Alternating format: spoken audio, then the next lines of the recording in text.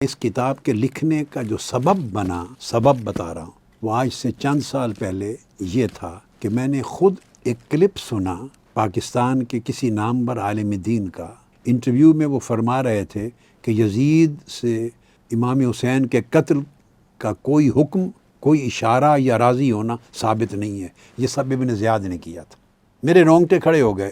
یہ جب میں نے کلپ سنا، اگلے دن میں نے قلم اٹھایا اور اس کتاب کی تعریف شروع کی۔ یزید کا قطعی طور پر امام حسین علیہ السلام کو قتل کرنے کا حکم ثابت ہے بغیر شک و شبہ کے، اور صرف کتب تاریخ سے نہیں، امام حسین علیہ السلام کو قتل کرنے کا حکم کتب حدیث سے ثابت ہے۔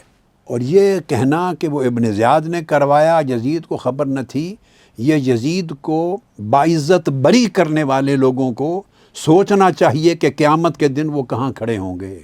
قتل حسین کے مقدمے میں یزید کو باعزت بری نہیں کیا جا سکتا، اس نے حکم دیا ہے، اس کے حکم سے ہر قدم اٹھایا گیا ہے، اس کے حکم سے سر بریدہ لاشیں چھوڑی گئی ہیں اور سر نیزوں پہ دمشق پہنچائے گئے ہیں، اس نے آپ کے لب اقدس پہ چھڑیاں ماری ہیں، اس نے فتح و کامرانی کے شادیانے بجائے، اس نے لغویات بکی ہیں، اور اس نے خط لکھا ہے ابن زیاد کو، امام حسین کو، کوڈ ورڈز میں قتل کرنے کا۔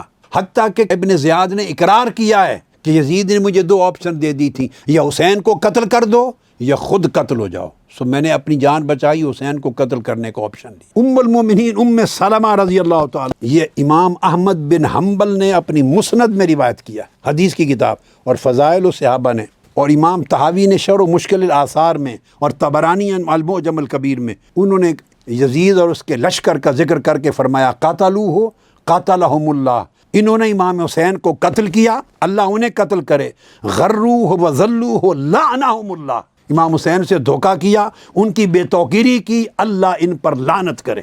تو یزید اور اس کے پورے حواریوں پر سب سے پہلی لعنت شرعی فتوے کے طور پہ امام احمد بن حنبل کی حدیث کی کتاب مسند سے ام المومنین ام سلمہ کی کوٹ کر دی رضی اللہ عنہ۔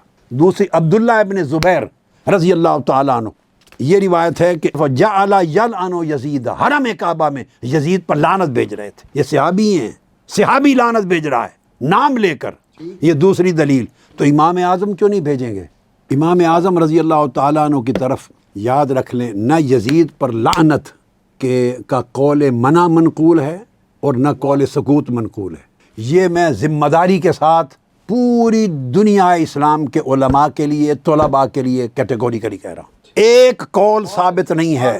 امام اعظم کی اپنی کتابیں، آپ کے رسائل، آپ کی کتب ظاہر روایہ، امام ابو یوسف کے طریق سے، امام محمد کے طریق سے، وہ بھی چھوڑ دیں، متقدمین سے متاخرین تک جو پہلے 500 600 700 800 سال گزرے، جنہوں نے امام اعظم کی طرف قول منسوب کیا، ان کا مذہب بیان کیا، ائمہ میں، علماء میں، فقہاء میں کسی ایک نے بھی امام اعظم کی طرف ان دو میں سے کوئی قول منسوب نہیں کیا کہ امام اعظم نے یزید پر لعنت بھیجنے کی بالتعیین نہیں صحیح، لعنت بھیجنے سے منع کیا۔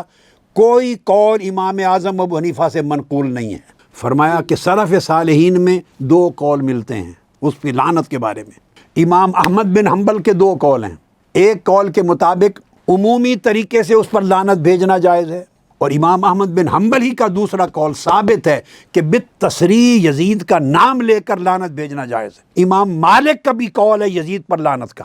فرمایا امام اعظم ابو حنیفہ کے بھی دو قول ثابت ہیں، ایک اس کے کرتوتوں کا ذکر کر کے اس پر عموماً لعنت کی جائے اشارتاً، اور دوسرا قول ہے اس بدبخت کا نام لے کر تعییناً اور تصریحاً لعنت کرنا بھی جائز ہے۔ امام اعظم کا یہ مذہب ہے۔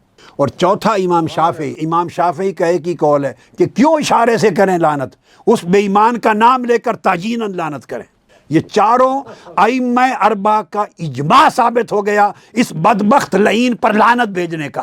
اب کوئی شخص اگر امام اعظم کی طرف منسوب کرتا ہے کوئی اور غلط بات، تو ثبوت لانا چاہیے کس امام نے یہ قول امام اعظم کی طرف منسوب کیا ہے۔ سب سے پہلے نئی ویڈیوز کو حاصل کرنے کے لیے شیخ الاسلام ڈاکٹر محمد طاہر القادری کے آفیشیل یوٹیوب چینل کو سبسکرائب کریں اور بیل آئیکن کلک کریں۔